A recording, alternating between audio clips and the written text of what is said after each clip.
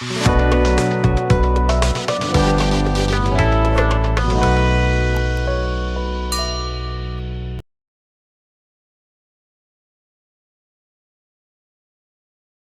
लोग देख रहे हैं लोग कि मास वर्ड से रिलेटेड बहुत सारा कॉन्सेप्ट है, ठीक है, जिसका डेफिनेशन, जिसका कॉन्सेप्ट एकदम अलग अलग है।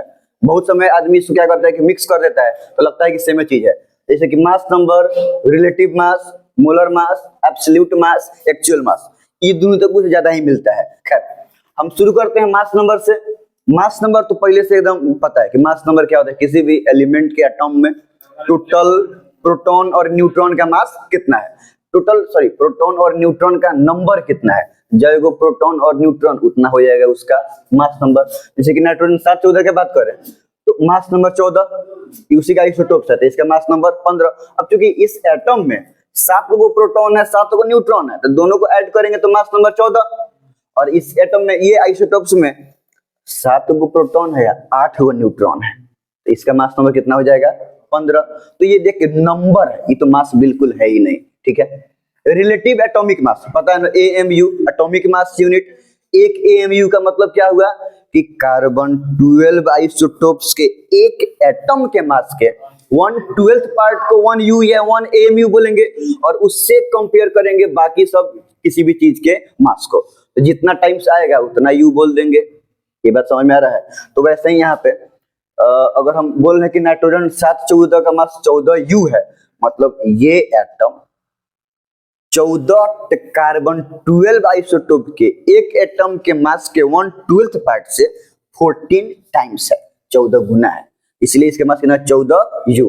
रिलेटिव एटॉमिक मास चाहे रिलेटिव मास, मोलिक्यूल का हो चाहे कुछ का हो, यूनिटलेस क्वांटिटी है, क्योंकि ये रेशियो है सेम क्वांटिटी का। मास मास कंपेयर कर रहे हैं ना, हाँ, एक्सप्रेस करते हैं हम इसको यू में, मतलब यूनिफाइड मास। एटॉमिक मास यूनिट पहले एमयू लिखा जाता है, अब लिखा जाता है यू।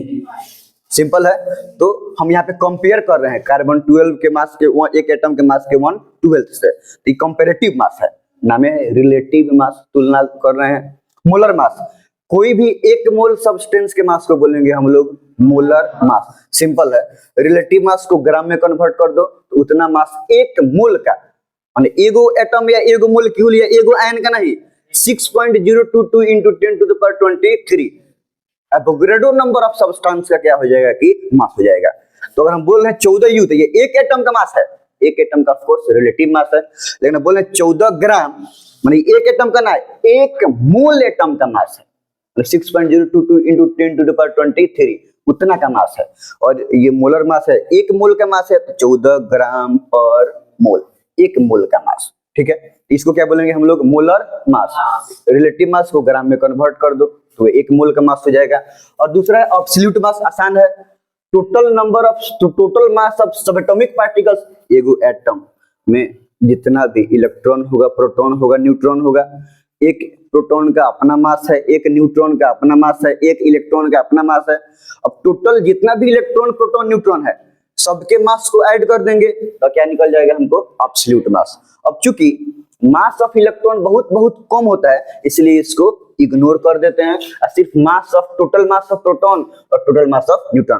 अब अगर पता चले कि किसी भी एटम में इतना गो प्रोटॉन है, इतना गो न्यूट्रॉन है, तो एक प्रोटॉन का mass into total proton, total proton का मास निकल गया, और एक न्यूट्रॉन का mass into total neutron, total neutron का मास हो गया, ऐड कर दिए तो टोटल मास ऑफ सब एटॉमिक पार्टिकल निकल गया कि नहीं निकल गया। हाँ, इलेक्ट्रॉन का ऐड कर देंगे तो और एक्यूरेट हो जाएगा, लेकिन थोड़ा कैलकुलेशन फ्री भी हो जाएगा, उसको इग्नोर कर देंगे तो उससे कोई खास फर्क भी नहीं पड़ेगा। जैसे एग्जांपल में 714 है ना, 7 गो प्रोटॉन है, 7 गो न्यूट्रॉन है, 7 गो इलेक्ट्रॉन है, हम इलेक्ट्रॉन को इग्नोर कर दिए, बहुत बहुत कम होगा। देखो 7 इंटू एक प्रोटॉन का मास प्लस 7 गो न्यूट्रॉन है, 7 इंटू एक न्यूट्रॉन का मास, 2 डेसिमल लेवल पे प्रोटॉन और न्यूट्रॉन का मास लगभग सेम रहता है, और फिर उसको सम अप कर दिए तो इतना मास आ गया है, और ये हो गया हमारा एब्सोल्यूट मास। किसी भी एलिमेंट के एटम के तो सब एटॉमिक पार्टिकल्स के टोटल मास को क्या बोलते हैं हम लोग, एब्सोल्यूट मास।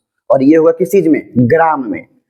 अब आते हैं हम लोग एक्चुअल मास में। एक्चुअल मास मतलब एक एलिमेंट का जितना आइसोटोप्स है, वो सब आइसोटोप्स के जो रिलेटिव मास है उसको हम मल्टीप्लाई करेंगे परसेंटेज अबंडेंस से, कौन आइसोटोप्स कितना परसेंटेज में अवेलेबल है, तो परसेंटेज अबंडेंस से फिर उसको सम कर देंगे, तो क्या हो जाएगा कि एक्चुअल मास हमारा निकल जाएगा। तो एवरेज मास, ये एक्चुअली एवरेज मास है, सब आइसोटोप्स का एवरेज मास है परसेंटेज अबंडेंस के अकॉर्डिंग।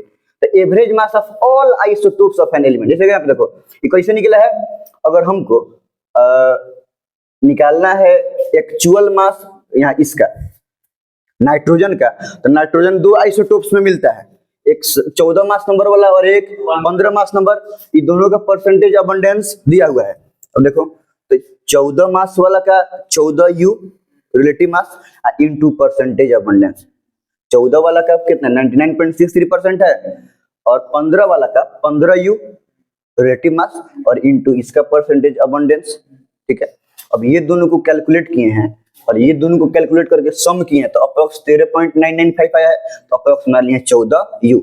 एक्चुअल मास U में होगा और ये मास कोई एक एटम का मास नहीं, किसी एलिमेंट में जय आइसोटोप्स है, सब आइसोटोप्स का एवरेज मास है उसके परसेंटेज अबंडेंस के अकॉर्डिंग, कोई दिक्कत नहीं है ना। अब घर से कैलकुलेट करके लाना सब, यहाँ पे लिखो सब पांचों जितना भी है ना, mass number, relative mass, molar mass, absolute मास और एक्चुअल मास।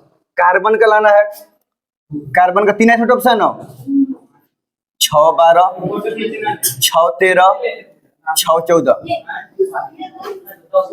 98.89%, 1.11% अप्रॉक्स 0.0001%। इसमें तीनों है तो तीनों का निकालना पड़ेगा, तीनों आइसोटोप्स का अलग अलग, समझ में आ रहा है। इसका सब मास क्या करना है कि निकाल के लाना है, अगर ये निकाल दिए सब तो उसके बाद तुम लोग को पांचों में कोनो कंफ्यूजन नहीं रहेगा, विथ यूनिट करेक्ट अमाउंट में, समझ में आ रहा है ना, ठीक।